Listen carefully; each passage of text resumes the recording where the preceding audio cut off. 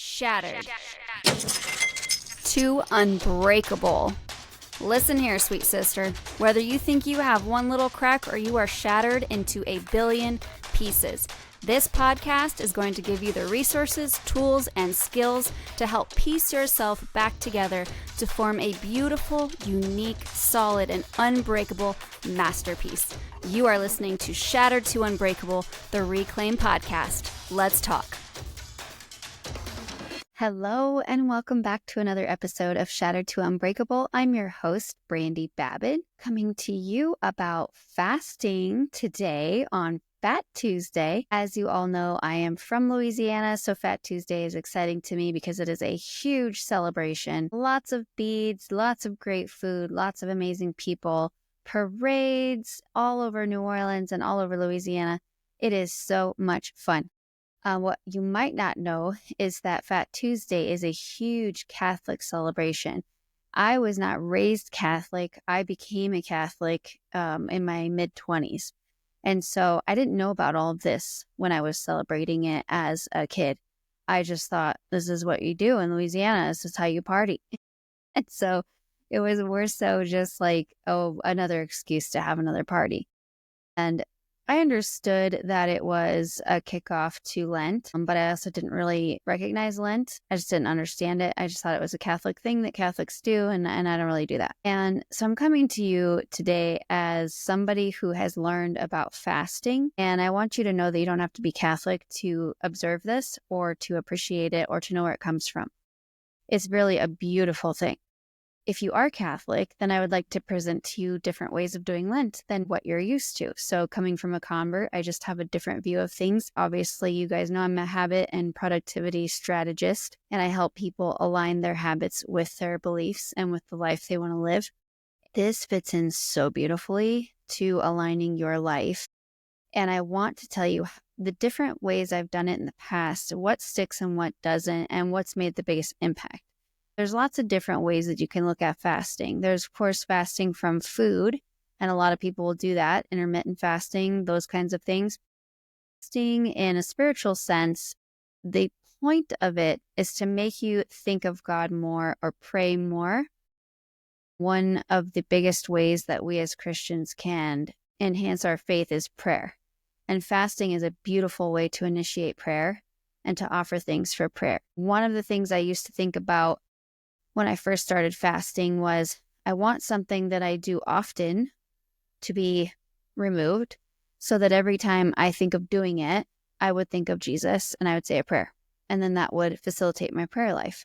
That's definitely one way you can do it. So if there's something you do repeatedly that you know for sure, if you didn't do that, you would be thinking of God a lot.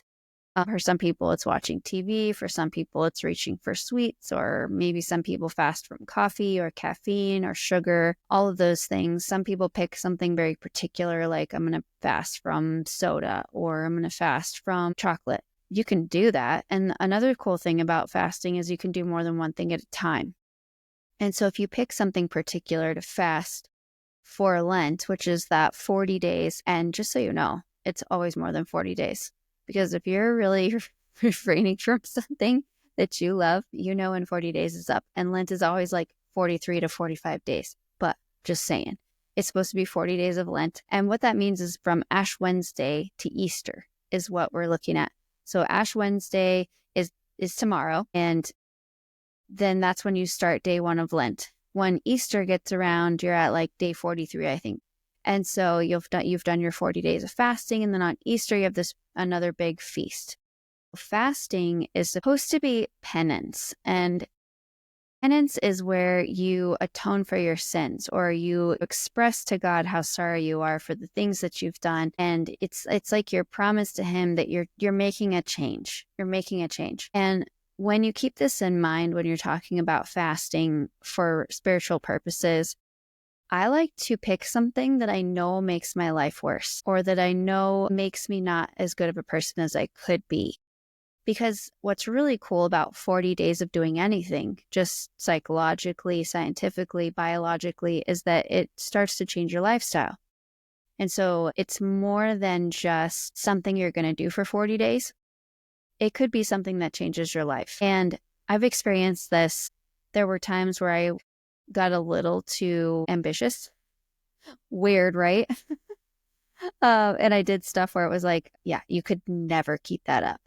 And then I've done things to where it's like, you know what? I don't want to continue this after Lent either. Like, I just want to cut this out of my life. And something interesting about the way my mind works is I can't do it for myself. And sometimes I can't even do it for another person, but I can do anything for God. I can do anything for God. Number one, he's always watching. My mom taught me that. You Catholics think you have guilt? No. My mom laid it on, man. She was like, you can lie to me if you want to, but God always knows. I'm like, so I didn't litter. I couldn't leave gum under my table or my desk. I had such a hard time doing anything wrong because God's always watching. She totally removed herself from being the bad guy. I don't care if you lie to me. You can lie to me all you want. If I don't find out, it doesn't hurt me ever, right? But God knows. She always just like put that in at the end. It's like a creepy movie, like, but God knows. I've spent my whole life knowing that God knows and he sees everything. And so it's given me comfort when I know I'm in the right and someone's accusing me of doing wrong, right? Then I can say, well, God knows what really happened. And that gives me comfort.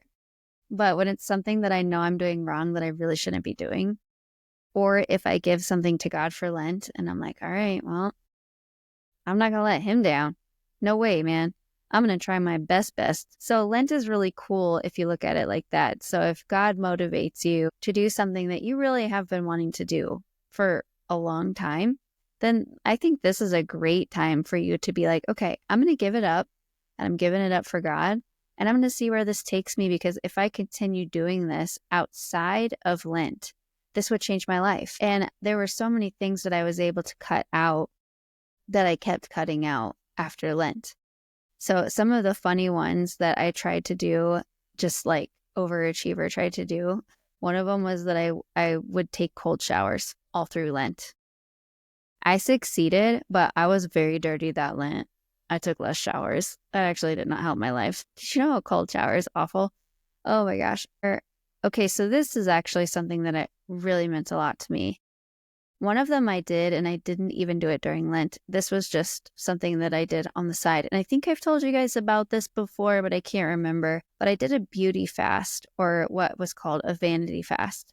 So I had somebody in my life who was telling me that I was full of myself and that I was too vain and that whatever, all the things. And so I decided that when I didn't have makeup on and I looked in the mirror, I actually didn't like what I saw. That is what made me think, okay, I am making beauty an idol here. And if I'm not okay with how I look without makeup on in my natural state where I should feel beautiful, there's something wrong. And so I just decided to do a 40-day vanity fast where I would not wear makeup. I would not put product in my hair, and I would not use any sort of hair tools like blow dryers or curling irons or straighteners. And then I could only wear black, and I could only wear jewelry that had a cross on it. And I was like, I'm just gonna do this for 40 days. And I was so incredibly uncomfortable for the first 2 weeks. And then I was telling some people close to me about the fast, and they were like, oh, I didn't even notice you aren't wearing makeup. And I was like, what? Are you serious? To me, I look like a completely different person. And everybody else was just like, oh no, you look the same to me. And I was like, wow. So I was putting so much onto this makeup thing and this way I looked, and people didn't even notice. And I was like, that's crazy. And then I noticed when I stopped wearing makeup, people thought I looked younger. And I was like, bingo, I'll take it. But it actually helped afterwards. After the 40 days, I wasn't so obsessed with putting makeup on and being so like Southern Belle Barbie doll type feel. And I could just be happy and proud of my natural beauty. And that has lingered. I actually don't wear much makeup anymore. I wear it every now and then, but not a lot. And I still feel absolutely beautiful with or without it. So that fast really helped me. Another fast that I've done that I've really liked, I did a sugar fast where I could have like cookies and cakes and things like that had more like flour and stuff in them. But anything that was just pure sugar, like candies, gooeys, and gummies, I took out of my diet. And that actually helped a lot of things. It helped clarity in my mind. It helped my mood swings. It helped the energy that I had throughout the day and helped the health of my teeth too. So less cavities and less sensitivity, I noticed. So that was really nice. And actually, after that, kind of stayed off the sugar for a few years and haven't really gone back full hog on the sugar. I did do a 3-day water only fast. That was amazing. The results that I had were phenomenal. Changed my taste buds, inflammation went away, just felt amazing afterwards. So I'm going to do that once a year. I decided maybe twice a year. I might start that here soon. But as far as Lent goes, I would love for you guys to try it. If you're not Catholic, just try it. It's a great Christian activity to do. So what I would encourage you to do is pick something that you would like to continue even after the 40 days, because this is where it gets so rewarding, because you can keep on with that lifestyle and do it for God, because He's always watching. You don't have to do it for you or your kids or somebody else or because TikTok told you to. You can pick something that aligns with you and do it for God.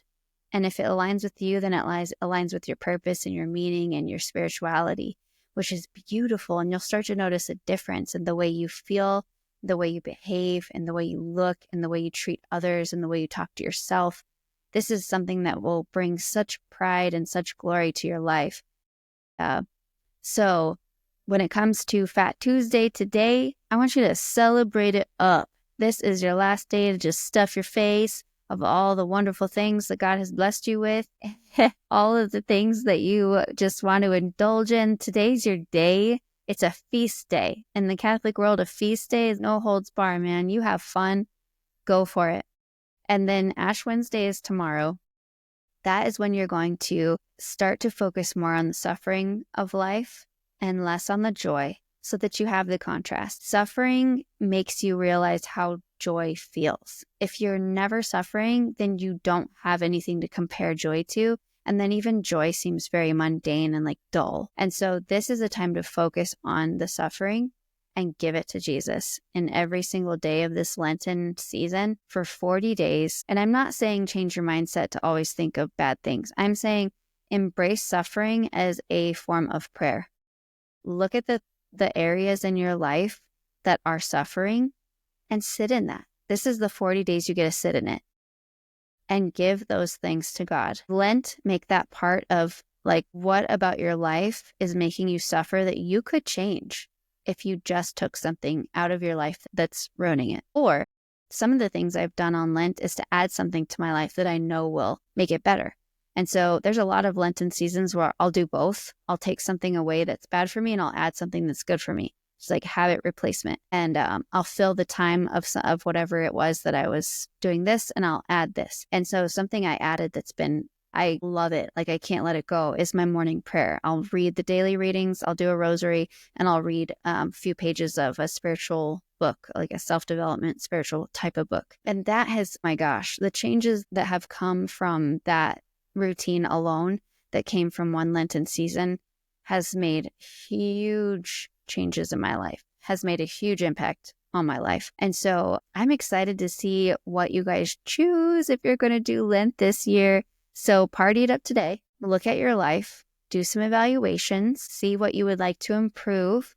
And does that require taking something away or adding something in? And try it for 40 days. Just try it. And if you fail, God is watching. Just kidding. Doesn't it sound awful though? You're like, oh my gosh, I better pick something I could do for 40 days. Don't give up hot showers. That is ridiculous. This year, I am giving up the snooze button. So many reasons for that. One, it's going to get me to bed earlier on time at night, the night before, because I know I don't get to hit that snooze button. And then two, it's going to get me up in time to get some studying done in the morning, make sure I get time for my daily prayers in, and maybe spend more time getting my kids ready for school so it doesn't feel so rushed. So I'm really excited to see what saying no to the snooze button does for me this next 40 days. And something that I'm going to add, I might add reaching out to a friend I haven't talked to in a while, once a day. Like one friend every day for 40 days. 40 friends? Do I even have 40 friends? I do. I have to have 40 friends. Anyway, okay. Well, that's what I'm going to do. I hope that you enjoyed this. I hope that it's given you a little bit of insight as to fasting and why it's done. just remember if you're adding suffering to your routine, then the suffering is what makes you turn to Jesus. Every time you feel that suffer, or if you give up chocolate, every time you have that urge to grab a piece of chocolate, say a prayer. Every time you have the urge to have the cup of coffee that you gave up, say a prayer. So it's really meant to accentuate your prayer life. It's meant to make you sit in some suffering so that you look up and ask for help. It's meant for you to just be still. And then when the 40 days is over, you get to celebrate. You get to experience the contrast of suffering into joy and excitement and celebration and communion and connection with other people. And so I'm so excited for you to experience Lent this year. There are so many Lenten devotionals that you can buy.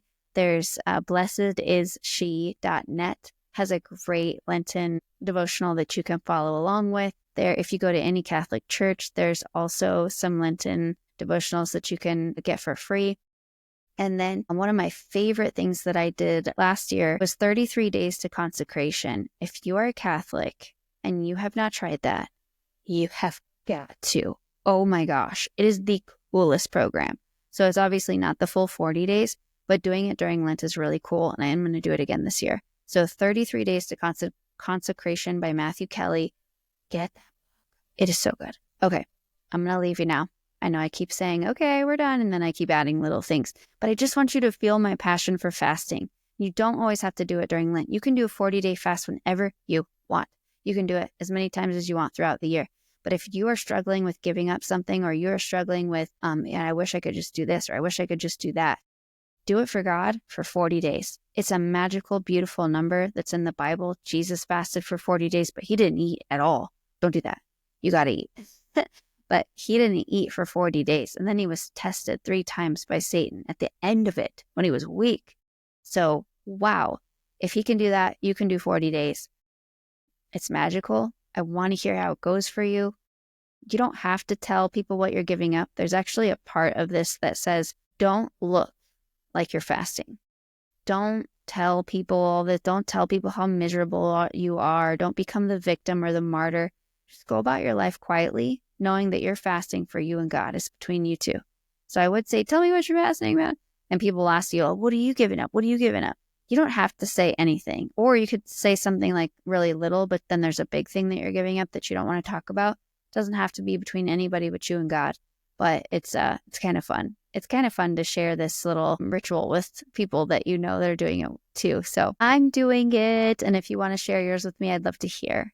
All right. Happy Fat Tuesday. Celebrate. Eat some king cake. Wear purple, gold, and green. Lots of beads. Celebrate life. Eat lots of food. Just have a blast. And then tomorrow, let's sit in it together. 40 days changing our lives. But Jesus, God is watching. Stay sparkly, sweet sister. Love you. See you next week. Thanks for hanging out with us today. I just wanted to remind you about the resources we have on the reclaimstrategy.com. That is Reclaim University with free downloads. It's the Reclaim Guidebook, access to Kintsugi classes and events. So go ahead and take a look. Also, please share this podcast with anybody that you think might need to hear these messages. And if you haven't already and you think we deserve it, give us a 5-star rating. That just helps our reach. So I love you guys. Stay sparkly, and we will see you next week.